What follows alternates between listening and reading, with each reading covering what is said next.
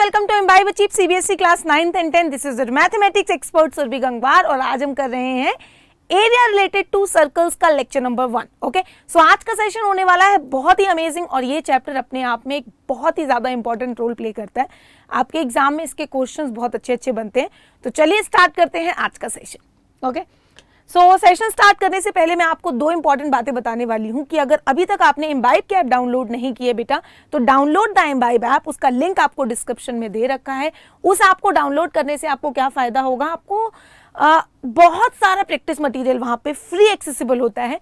साथ साथ आप वहां पे कर सकते हैं, कई सारी बुक्स के सोल्यूशन भी मिल सकते हैं. साथ साथ आप वहां पे टेस्ट भी दे सकते हैं. साथ साथ आपको टेस्ट के बाद आपकी परफॉर्मेंस का एनालिसिस भी कर सकते हैं. मतलब समझ रहे हो ना आप बात को.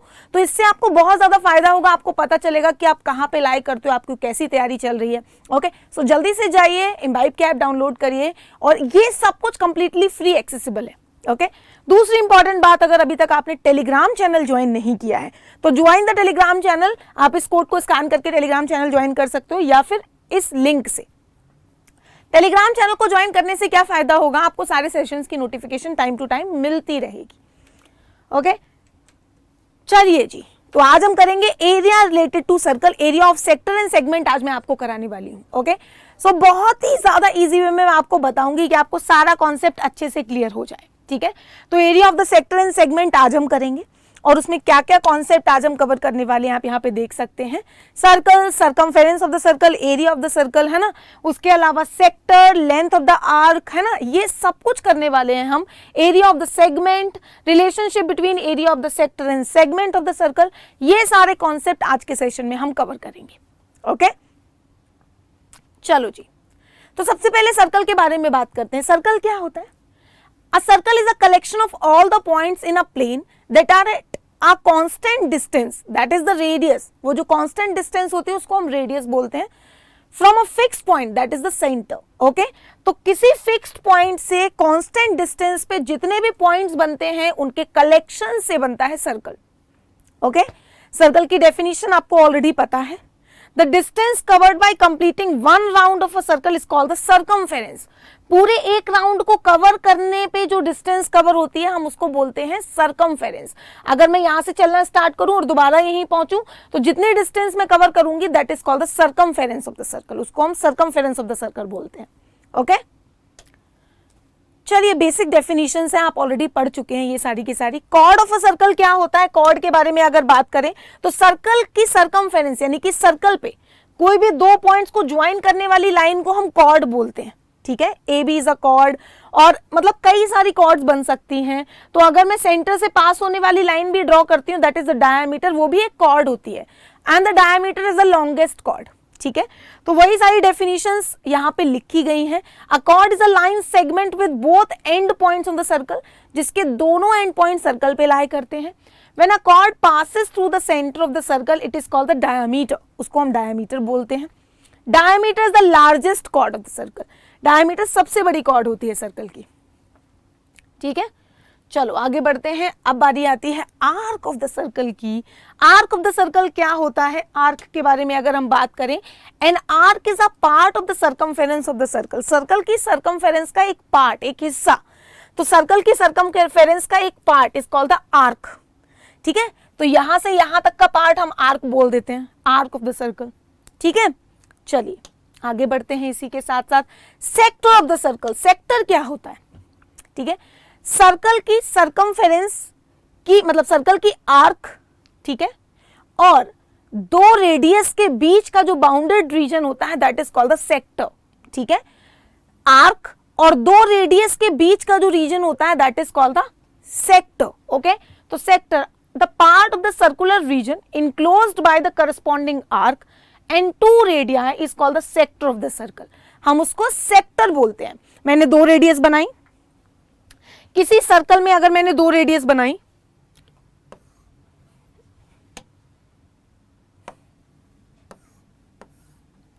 तो इन दोनों के बीच में ये जितना भी रीजन होगा इसको हम सेक्टर बोलेंगे, सेक्टर ऑफ द सर्कल.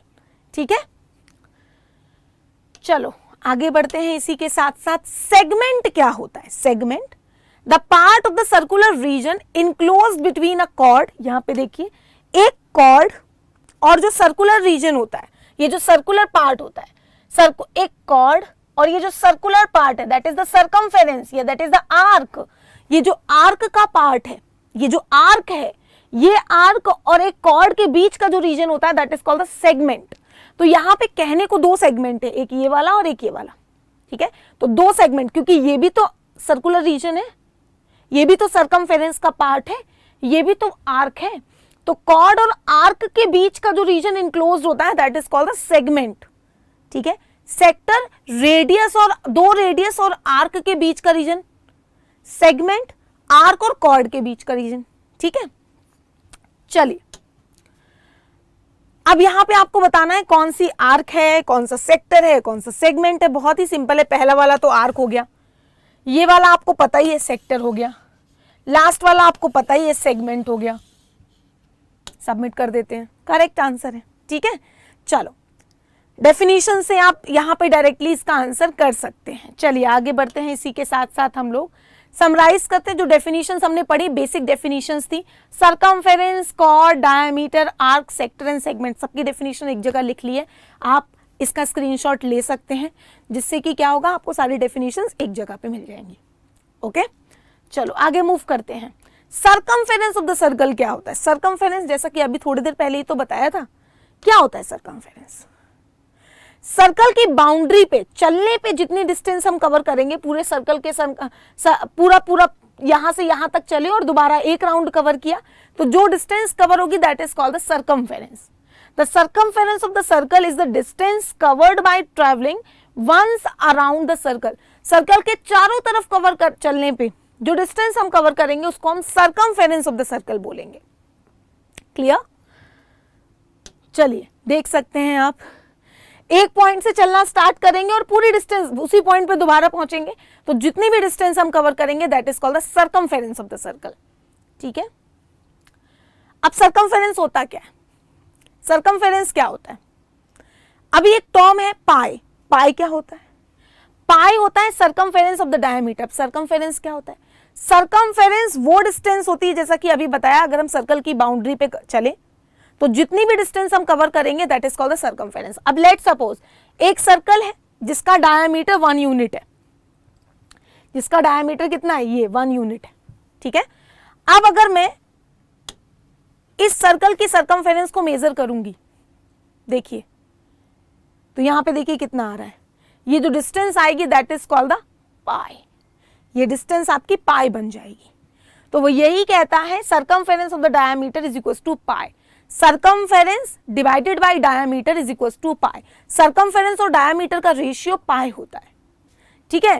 तो सर्कमफेरेंस क्या बन जाएगी? यहां से सर्कमफेरेंस यहां से बन जाएगी pi into diameter that is 2 pi are. तो जो सर्कमफेरेंस होता है वो होता है 2 पाई आर, ठीक है। Circumference of the circle is 2 pi R. Clear to all of you, है ना। तो एक जो पाई की बेसिक डेफिनेशन है वो ये कहती है कि सर्कमफेरेंस डिवाइडेड बाय डायमीटर पाई होता है। डायमीटर और सर्कमफेरेंस का जो रेशियो आता है वो पाई होता है, ठीक है। क्लियर? और वहीं से हमें पता चलता है कि सर्कमफेरेंस 2 पाई आर आ जाएगी, ठीक है। चलो आगे बढ़ेंगे, समराइज करेंगे। The circumference of the circle is the distance covered by travelling once around the circle. Circle के चारों तरफ कवर करने पे, ठीक है। तो circumference of the diameter pi, सर्कमफेरेंस हो जाएगी 2 pi r, where r is the radius of the circle. जहां पे आर जो होती है वो सर्कल की रेडियस होती है, ठीक है। ये सारे बेसिक फॉर्मूलाज तो हमें पता ही है। आर्क ऑफ द सर्कल, ठीक है, sorry area of the circle. Area of the circle के बारे में बात करेंगे। एरिया ऑफ द सर्कल क्या होता है, कैसे निकला, ये सब कुछ जानेंगे अभी हमें। तो लेट सपोज एक सर्कल है और मुझे इसका एरिया निकालना है, ठीक है। तो अगर मैं इस सर्कल को कई सारे पार्ट्स में डिवाइड कर दूं, मैंने खूब सारे पार्ट्स में इसको डिवाइड किया, ऐसे ऐसे से खूब सारी कॉर्ड्स ड्रॉ करी और खूब सारे डायमीटर्स ड्रॉ करे एक्चुअल में, जो कि सेंटर से पास हो रहे थे तो डायमीटर से हुए, और उन सारे पार्ट्स को अलग अलग कर दिया तो कुछ ऐसा बना, ऐसा बनेगा। इनको सबको नाम दे दिया कुछ, ठीक है। अब ये तो मैं थोड़े बड़े बड़े पार्ट्स लेके चल रही हूं, ठीक है, ये तो मैं थोड़े बड़े बड़े पार्ट्स यहां पे लेके चल रही हूं आपके लिए। अब लेट सपोज अगर मैं एक काम करूं कि इस सर्कल के इन जो पार्ट्स हैं इन सबको, इन पार्ट्स को मैं क्या करूं कि क्लब कर दूं, एक दूसरे के साथ ज्वाइन कर दूं, मतलब कुछ ऐसा करूं कि वो उसका मिडिल में आ जाए और ये एक ऐसा कुछ डायग्राम सा बन जाए। ये कुछ क्वाड्रिलेटरल बन गया। अगर मैं इनकी साइड्स को ज्वाइन करती हूं तो इनकी साइड्स को ज्वाइन करती हूं तो एक कुछ क्वाड्रिलेटरल सा बन रहा है ना। क्योंकि ये बड़े बड़े पार्ट्स हैं, इसकी वजह से ये बीच में, क्योंकि ये सर्कुलर रीजन था, क्योंकि ये सर्कमफेरेंस का पार्ट था, क्योंकि ये आर्क काइंड ऑफ चीज थी, जिसकी वजह से ये पार्ट थोड़ा थोड़ा ब्लैंक रह रहा है। देखो ब्लैक ब्लैक रह रहा है। लेकिन इसी की जगह पे, अगर मैं इसी की जगह पे इस सर्कल के बहुत छोटे छोटे पार्ट करती हूं, बहुत छोटे छोटे पार्ट्स, बहुत छोटे छोटे पार्ट, इन दैट केस वो पार्ट जो है, जो बचा हुआ ब्लैक पार्ट रह रहा था, वो एकदम नेग्लिजिबल हो जाएगा, जीरो के इक्वल हो जाएगा। आप यहां पे देख सकते हो, क्योंकि मैंने उसको बहुत छोटे माइनर माइनर पार्ट्स में बनाया है, उसकी वजह से ये पार्ट नेग्लिजिबल हो जाएगा और एक ये कुछ ऐसी शेप बनेगी जब मैं इसको कनेक्ट करूंगी, इसको ज्वाइन करूंगी। तो ये जो शेप बन रही है, ये शेप रेक्टेंगुलर होगी, क्योंकि मैं उनको छोटे छोटे पार्ट्स में कंबाइन कर रही हूं। ठीक है, अब मैं जब इनके पार्ट्स को कंबाइन करूंगी तो आप यहां पे देखेंगे कि आपको यहां पे क्या मिल रहा है, क्योंकि आपने सर्कल के पार्ट्स को कंबाइन किया है और कुछ ऐसा शेप बन रहा है, क्योंकि आपने इसको आधे आधे पार्ट्स आपने नीचे लिए और आधे पार्ट्स आपने ऊपर लिए, जिसकी वजह से ये जो ऊपर डिस्टेंस आएगी ये आ जाएगी सर्कमफेरेंस की हाफ, क्योंकि आपने आधे पार्ट्स ऊपर की तरफ से लिए और आधे नीचे की तरफ से, दोनों को क्लब किया है। तो ये बन जाएगा सर्कमफेरेंस का half, that is pi R. और क्योंकि आपने इसके इस तरह से पार्ट्स को निकाला है, आपने इस तरह से पार्ट्स को निकाला है और ऐसे इसको ज्वाइन किया है, तो ये जो डिस्टेंस होगी ये बन जाएगी आपकी रेडियस। अब अगर मैं इसका एरिया निकालती हूं तो क्या होगा रेक्टेंगल का area? Pi R into R, यही होगा ना। ठीक है, तो पाई आर इंटू आर की हेल्प से हमें मिल जाएगा, तो लेंथ ऑफ द रेक्टेंगल जो आ जाएगा वो 1/2 pi r, that is pi r आ जाएगा। और साथ साथ आपकी ब्रेड्थ हो जाएगी रेडियस के इक्वल, और जब मैं एरिया निकालूंगी तो आ जाएगा pi are square, area of the circle. ठीक है, तो एरिया ऑफ द सर्कल का ज्योमेट्रिकल प्रूफ आप यहां पे देख चुके हैं कि किस तरह से pi are square area of the circle निकल के आया है। ठीक है, आई होप सबको समझ आया होगा। चलिए आगे मूव करते हैं हम इसी के साथ साथ। सिंपल है, अगर सर्कल की रेडियस आर है तो उसका एरिया पाई आर स्क्वायर होगा, आपको ऑलरेडी पता है ये सारी बातें। अब बारी आती है area of the sector of the circle की, जो कि हमारे सिलेबस का सबसे ज्यादा इंपॉर्टेंट पार्ट है। Sector of the circle, sector of the circle क्या होता है अभी थोड़ी देर पहले ही बताया है। सर्कल और की आर्क और दो रेडियस के बीच का जो रीजन बाउंड होता है that is called the sector. Pizza का पीस निकालते हो, केक को कट करते हो, ठीक है, आप देख सकते हो यहां से। और अगर हम साइकिल के रिम की बात करें तो in that case there are, ये सारी जो स्टिक्स होती है इनके बीच का जो रीजन होता है ये भी आपका एक सेक्टर ही बन रहा है। ठीक है, तो हमारी डेली लाइफ में हम कई सारी ऐसी शेप्स को डील करते हैं जो कि सेक्टर होती हैं। अब द पोर्शन और part of a circular region enclosed by the two radii and the corresponding arc is called the sector of the circle. जो स्मॉलर वाला पार्ट होता है उसको हम माइनर सेक्टर बोलते हैं, जो बड़ा वाला पार्ट होता है उसको हम मेजर सेक्टर बोलते हैं। अगर मैं इसको ऐसे बढ़ाते जाऊं तो सेक्टर की लेंथ बढ़ती चली जाएगी, है ना। मतलब अगर ये वाला एंगल हम बढ़ाते जाएं तो सेक्टर आपका बढ़ता चला जाएगा, ये वाली वैल्यू बढ़ती चली जाएगी। ये मेजर सेक्टर है। मेजर सेक्टर कौन सा होता है? जो माइनर, माइनर मतलब छोटा, मेजर मतलब बड़ा। तो अगर ये वाला पता है तो दूसरा वाला तो पता चल ही जाएगा। ठीक है, चलिए आगे बढ़ते हैं। Sector generally implies a minor sector. Sector अगर कहीं पे लिखा है दैट मीन्स वो माइनर सेक्टर की बात हो रही है। ठीक है, अनटिल एंड अनलेस ये मेंशन ना हो कि वो मेजर सेक्टर है। किसी भी क्वेश्चन में अगर सेक्टर लिखा जाए तो दैट मीन्स वहां पे माइनर सेक्टर की बात हो रही है। ठीक है, अभी क्या कहता है? For the area of the given sector determine what fraction of the circle a sector is by expressing its central angle as a fraction of 360 degree. अगर आपको किसी सेक्टर का एरिया निकालना है तो आपको सबसे पहले ये देखना पड़ेगा कि वो जो सेक्टर है, अगर मैं पूरा सेंटर वाले एंगल की बात करूं तो वो 360 डिग्री होगा, तो वो मतलब वो जो सेक्टर है वो उस सर्कल का कितना पार्ट है, कितना हिस्सा है, उसी से आप एरिया ऑफ द सेक्टर निकाल पाएंगे। जैसे कि फर्स्ट केस में, सेकेंड केस में, थर्ड केस में, फोर्थ केस में। फोर्थ केस में डायरेक्टली आपको डायमीटर दिख रहा है, दैट मीन्स आपका वो हाफ पार्ट दिख रहा है ना, एंगल 180 डिग्री दिख रहा है ना। तो इसी तरह से अगर आपको सेंटर वाला एंगल पता है तो उसी तरह से आप एरिया ऑफ द सेक्टर को निकाल सकते हो। ठीक है, जैसे जैसे एंगल बढ़ता चला जाएगा, एरिया पूरे सर्कल के रिस्पेक्ट में, पूरे सर्कल के एरिया के रिस्पेक्ट में, उसी एंगल के रिस्पेक्ट में हम एरिया को निकालेंगे।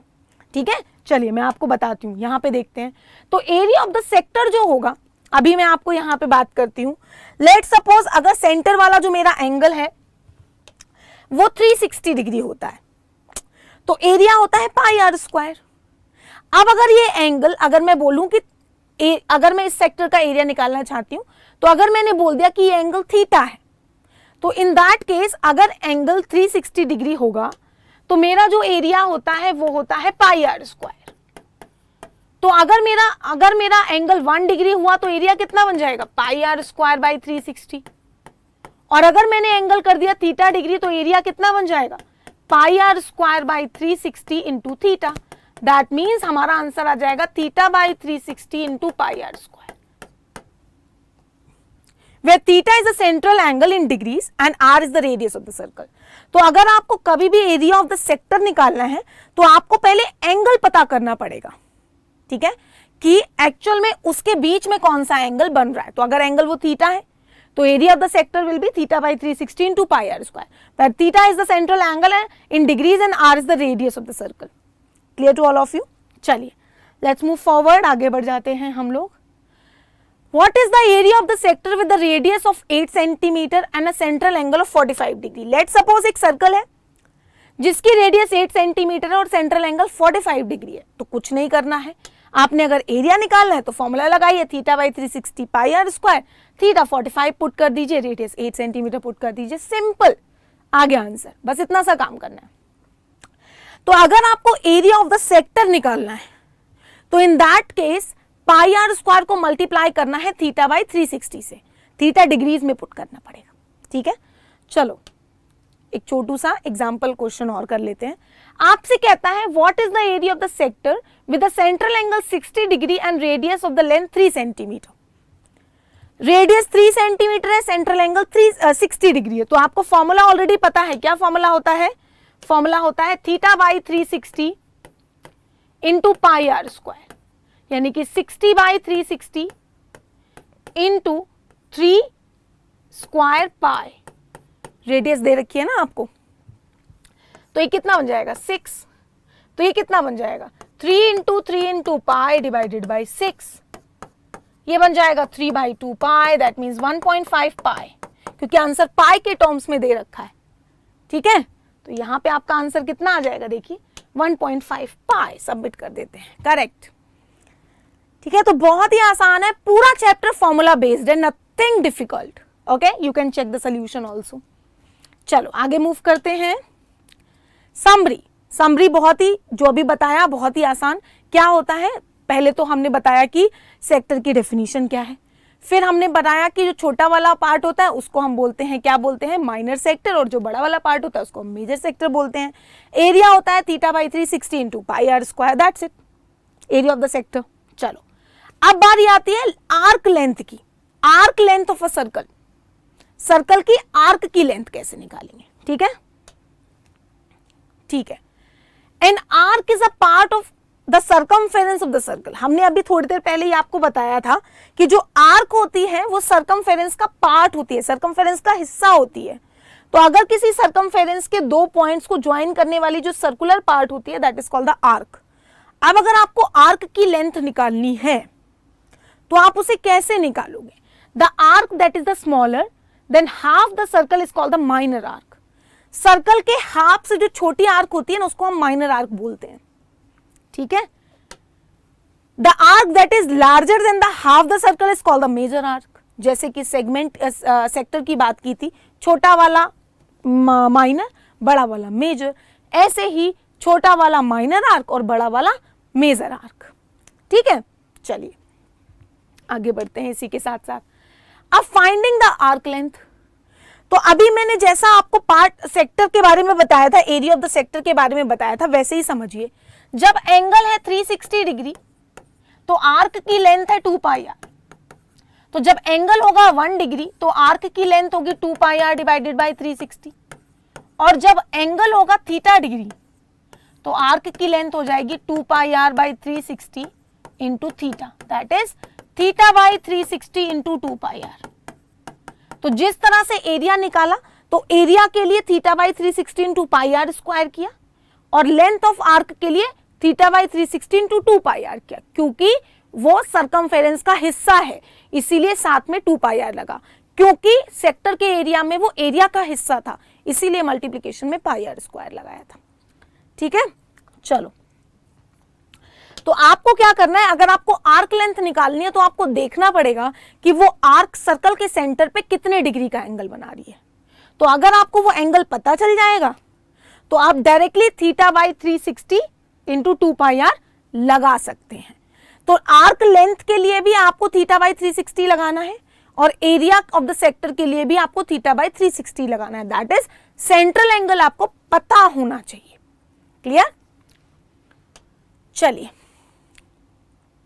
ठीक है, तो अभी क्या, what fraction of the circumference is the arc of a semi circle. Semi circle के रिस्पेक्ट में बात करें तो सेमी सर्कल के केस में एंगल होता है 180 डिग्री।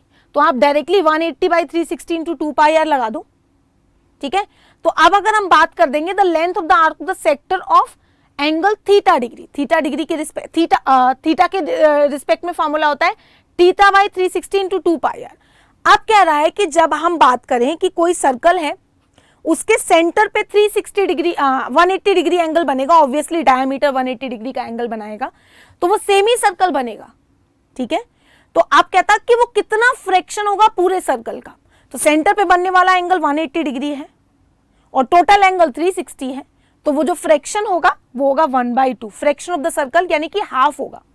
ठीक है, सर्कल का जो फ्रैक्शन होगा वो होगा हाफ, क्योंकि in case of the semi circle central angle is 180 degree. ठीक है, चलिए आगे बढ़ते हैं। Here how to find the central angle with the given arc length and radius। अब इन एनी केस अगर आपको आर्क लेंथ और रेडियस दी जाए और आपसे सेंट्रल एंगल पूछा जाए, in that case also you can apply the same formula, theta is equal to 360 into arc length divided by 2 pi R, बस उसी के टर्म्स को क्रॉस मल्टीप्लाई में भेज दिया है।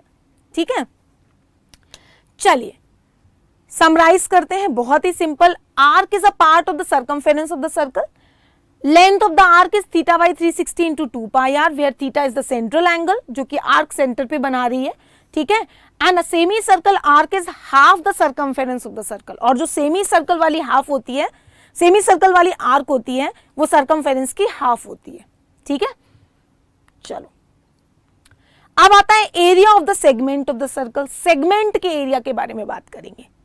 ठीक है, सेगमेंट क्या था सबसे पहले तो वो देखेंगे। ठीक है, तो area of the segment of the circle, segment होता क्या है, ठीक है, पहले वो समझेंगे। तो अगर मैंने ऐसे इस पिज्जा को कट किया तो ये जो रीजन बनेगा this is called the segment of the circle. ये हमारा क्या है, सेगमेंट ऑफ द सर्कल है। Okay, finding the area of the segment. अब आपसे कहता है कि आप एरिया ऑफ द सेगमेंट बताओ। ठीक है, एरिया ऑफ द सेगमेंट बताओ। तो एरिया ऑफ द सेगमेंट को निकालने के लिए आपको करना क्या होता है, एरिया ऑफ द सेक्टर में से अगर आप ट्राइंगल का एरिया सबट्रैक्ट कर दो तो सेगमेंट की एरिया निकल के आ जाती है। तो बहुत ही सिंपल है, area of the segment is area of sector minus area of the triangle, that's it. अब the triangle formed is a right angle triangle. अगर मैं यहां पे बात करूं कि एक राइट एंगल ट्राइंगल है, इन that case area of the triangle निकालना बहुत आसान है, 1/2 बेस इंटू हाइट लगा देंगे। ये एंगल 90 डिग्री दे रखा है और बेस और हाइट दोनों रेडियस ही होंगी सर्कल की। ठीक है, तो sector formed is a quadrant. In that case जब ये आपका राइट एंगल होगा तो ये जो सेक्टर बन रहा है ये क्वाड्रेंट होगा, that is 1/4 of the circle होगा, तो आप इजीली उसका एरिया निकाल पाओगे। देखिए, लेट सपोज इसकी रेडियस 7 सेंटीमीटर दी जाए तो आप डायरेक्टली 1/4 पाई आर स्क्वायर निकाल सकते हो और 1/2 बी इंटू एच से आप डायरेक्टली इसका एरिया निकाल सकते हो। अगर रेडियस 7 सेंटीमीटर दे रखी है, इन दैट केस रेडियस 7 है, बेस भी 7 है और हाइट भी 7 है, तो आपको बस इसके लिए भी 1/4 लगाना है और 1/2 बेस इंटू हाइट निकाल के आप एरिया निकाल दोगे, ठीक है। अब अगर एंगल, जरूरी नहीं है ना कि हर बार एंगल 90 डिग्री दिया जाए, एक सिंपल एंगल अगर हम कंसीडर करें कि एंगल थीटा डिग्री है, ठीक है, और ये रेडियस दे रखी है और आपको एरिया ऑफ द सेगमेंट निकालना है, तो area of the sector is theta by 360 into pi are square, आपको ऑलरेडी पता है। अब बारी आती है एरिया ऑफ द ट्राइंगल निकालने की। एरिया ऑफ द ट्राइंगल को निकालने के लिए हमें ऑलरेडी पता है बेटा कि ये साइड आर है, ये साइड आर है, दैट मीन्स ये आइसोसेलेस ट्राइंगल तो है। In case of isosceles triangle अगर मैं सेंटर से परपेंडिकुलर ड्रॉ करूंगी तो वो कॉर्ड को बाइसेक्ट करेगा, ठीक है। ऑलरेडी हमने 9th क्लास में सर्कल्स में ये थ्योरम पढ़ी हुई है, ठीक है। तो जब ऐसा हमने कुछ काम किया तो इन दैट केस ये वाले दोनों ट्राइंगल्स मेरे क्या हो जाते हैं, कॉन्ग्रुएंट हो जाते हैं। आप यहाँ पे देख सकते हो कंस्ट्रक्ट अ परपेंडिकुलर, और उसकी हेल्प से आपके ये दोनों ट्राइंगल्स कॉन्ग्रुएंट हो जाएंगे, क्योंकि ये इसके इक्वल है, ये कॉमन है, ये 90 डिग्री है। जब दोनों ट्राइंगल्स कॉन्ग्रुएंट हो जाएंगे तो BP is equal to AP हो जाएगा, और साथ साथ this angle is equal to this angle हो जाएगा। मतलब ये वाली लाइन इस एंगल को भी बाइसेक्ट कर रही होगी, ठीक है। तो आप यहाँ पे देख सकते हो। अभी क्या करना है, जैसे ही आपने देखा दोनों ट्राइंगल्स कॉन्ग्रुएंट हुए, आपने लगाया पी मिड पॉइंट हो जाएगा ए बी का, साथ साथ ये एंगल भी हाफ हो जाएगा, that means BOP is equal to AOP हो जाएगा। क्लियर, ठीक है। चलो find the area of the triangle. अब आपको करना है एरिया ऑफ द ट्राइंगल निकालने का काम, ठीक है। तो आपने वो एक ट्राइंगल को उठा लिया वहां से, ये जो ट्राइंगल यहाँ पे बना था, आपने इनमें से एक ट्राइंगल को उठा लिया और एक ट्राइंगल को यहाँ पे आपने ये बना दिया। ये एंगल थीटा बाई 2 था, ठीक है, ये पी ए हो गया। और अब आपको लिखनी पड़ेंगी इसकी sides with respect to the angle. तो आप लोगों ने अगर पढ़ी हो ट्रिग्नोमेट्री तो हम लगाएंगे कॉस थीटा। कॉस थीटा क्या होता है, base upon hypotenuse, that means OP upon ओए। यहां से ओपी आ जाएगी, ओए जो आपका है बेटा, ओए जो आपका है वो एक्चुअल में आपकी रेडियस है, ठीक है। तो जो आपकी ओपी आ जाएगी वो आ जाएगी R cos theta by 2। Similarly आप इसमें लगा दो साइन थीटा, तो आपकी जो एपी आ जाएगी वो आ जाएगी आर साइन थीटा बाई 2। और अब आपको लगाना है इस ट्राइंगल का एरिया, 1/2 बेस इंटू हाइट, लगा दीजिए जल्दी से। देखिए आपकी जो एपी आ जाएगी वो आ जाएगी आर साइन थीटा बाई 2, ठीक है। अरे देखो ऐसे समझो, अगर समझ नहीं आया तो यहां पे देखो, आपका जो ट्राइंगल था वो कुछ ऐसा था, ठीक है। ये आपने परपेंडिकुलर ड्रॉ किया था, ये ओ था, ये आपका थीटा बाई 2 था, ये आपका थीटा बाई 2 था, ये आपका 90 डिग्री था, दैट मीन्स पी, ये आपका ए था और ये आपका बी था। आपने इस ट्राइंगल को उठाया है ओपीए, यस ओपीए को उठाया, तो ये एंगल 90 डिग्री। ओए जो आपका है वो आपका क्या है, radius of the circle, that means capital R, क्योंकि यहाँ पे हमने कैपिटल आर कंसिडर किया है।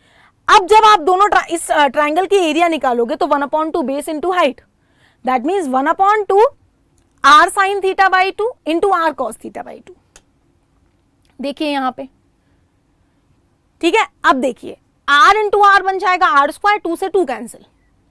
अब यहां पे एक बहुत ही खास बात मैं आपको बताने वाली हूं बेटा, एक आइडेंटिटी होती है, that means 2 sine theta into cos theta is equal to sine 2 theta. ये एक आइडेंटिटी होती है, ठीक है। 2 sine theta into cos theta is sine 2 theta, this is an identity, okay. यही आइडेंटिटी हम यहां यूज करेंगे। अगर मैं इसको 2 से मल्टीप्लाई और डिवाइड कर दूं तो ये बन जाएगा 2 sine theta by 2 into cos theta by 2।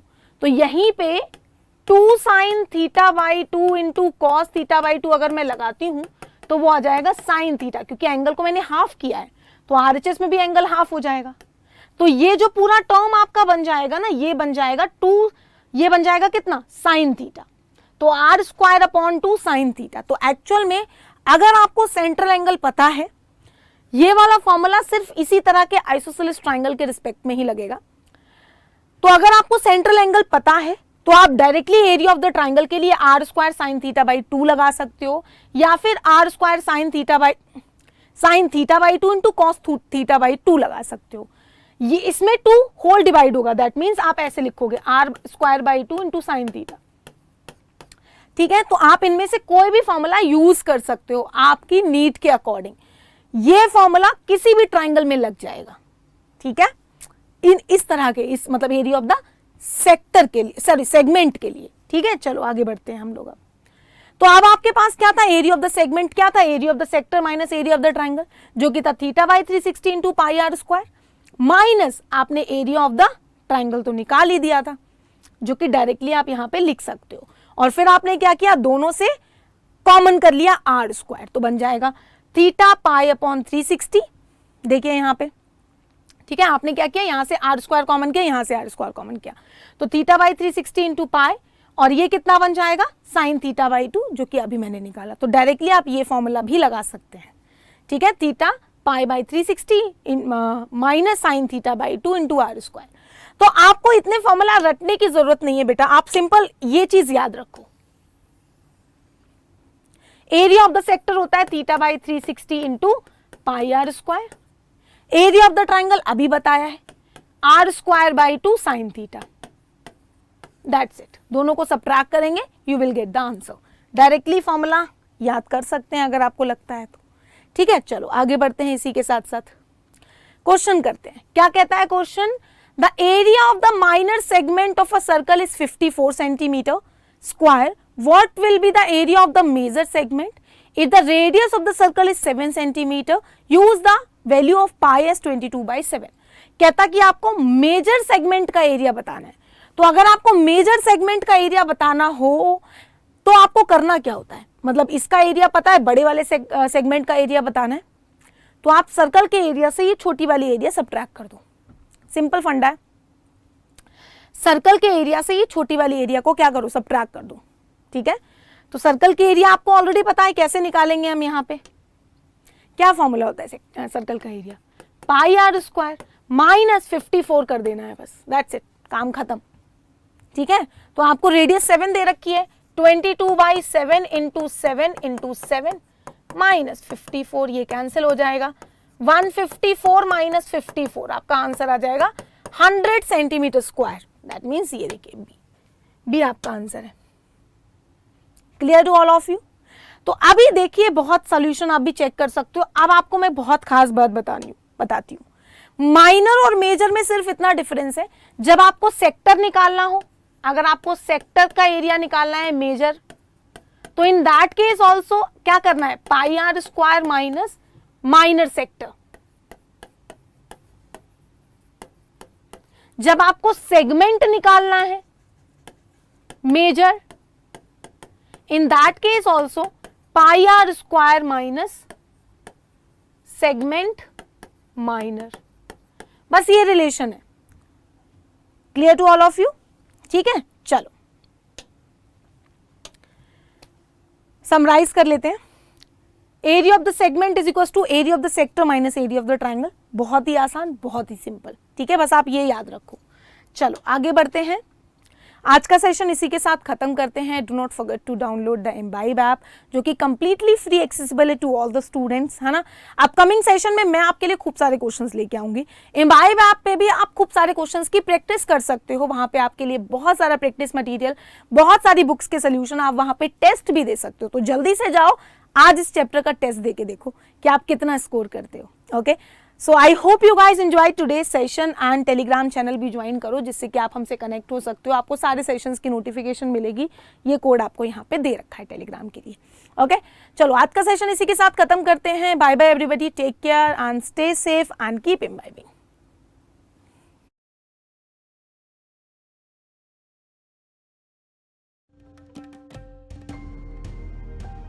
Keep imbibing. We believe in you.